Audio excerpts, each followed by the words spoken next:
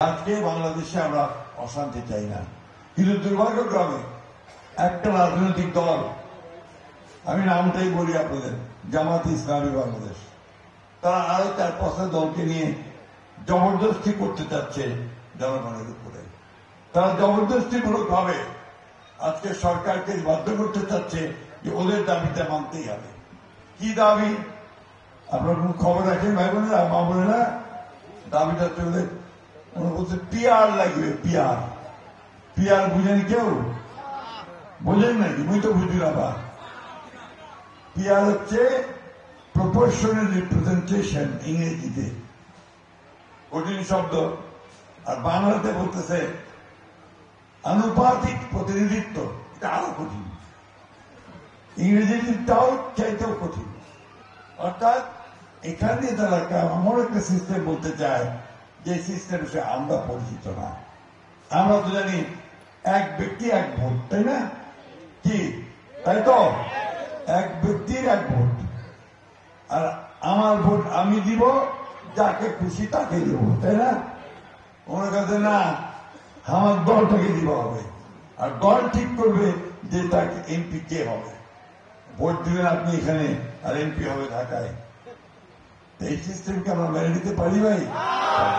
সেই জন্য আমরা বলেছি যারা ওই ব্যবস্থা মানি না। আমার কথা গণভোট হওয়া হবে। গণভোটটা কি? একবার তারা পুরান ভাই যারা আছেন, আমার বয়সী যারা, তারা গণভোট কিছু জানেন। হানা ভোট, এটা আমরা দেখছি। তারপরে এরশাদের কবলে হাঁটা, তারপরে আর হানা ভোট হয় নাই।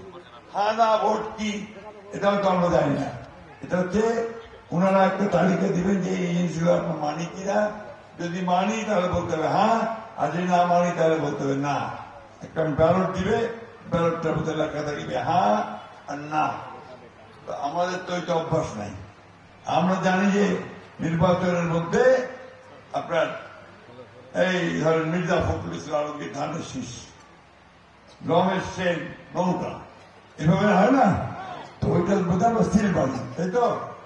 এইবার সেটা আপনার বলতেছে ওইটা হবে পরে, আর ওই হানা ভোটটা হতে আগে। আমরা বলছি হানা ভোট ভাই ওই একই দিন হওয়া হবে, ভোটের দিন। দুইটা ব্যালট থাকবে, একটা ব্যালটের মধ্যে হানা, আর একটা ব্যালটের মধ্যে সিল মারা যাকে আমার পছন্দ, তাই না? এটাই আমরা বলেছি।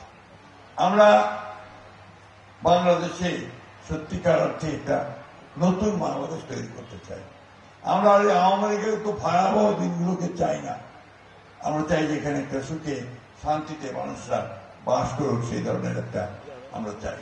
আমাদের নেতা তারেক রহমান সাহেব বলেছেন যে আপনাদের ভোটে যদি বিএনপি নির্বাচিত হতে পারে, সরকারে যেতে পারে, তার 15 মাসের মধ্যে 1 কোটি মানুষের কাজের ব্যবস্থা করা হবে। 1 কোটি মানুষের কাজের ব্যবস্থা করা হবে। আর একটা কি, যেটা এর আগে বললাম, ফ্যামিলি কার্ড, আপনার ফার্মার্স কার্ড, এগুলোর ব্যবস্থা করা হবে। আরেকটা কথা আমি হিন্দু ভাই বোনদের বলতে চাই, আপনারা সবসময় একটা আতঙ্কের মধ্যে থাকেন। এই আতঙ্কে আর থাকবেন না। আমরা আপনাদের পাশে ছিলাম, অতীতে ছিলাম, ভবিষ্যতেও থাকবো। আপনারা এবার পূজার সময় দেখে যায় কিভাবে আমাদের ছেলেরা, আমাদের নেতারা কর্মী আপনাদের পাশে গিয়ে দাঁড়িয়েছে। ঠিক একইভাবে বাংলাদেশে হিন্দু, মুসলমান, বৌদ্ধ, খ্রিস্টান সব একসাথে একজোট হয়ে গেলে বাস করবে। আমরা এর মধ্যে কোনো প্রভেদ সৃষ্টি করতে দেব না।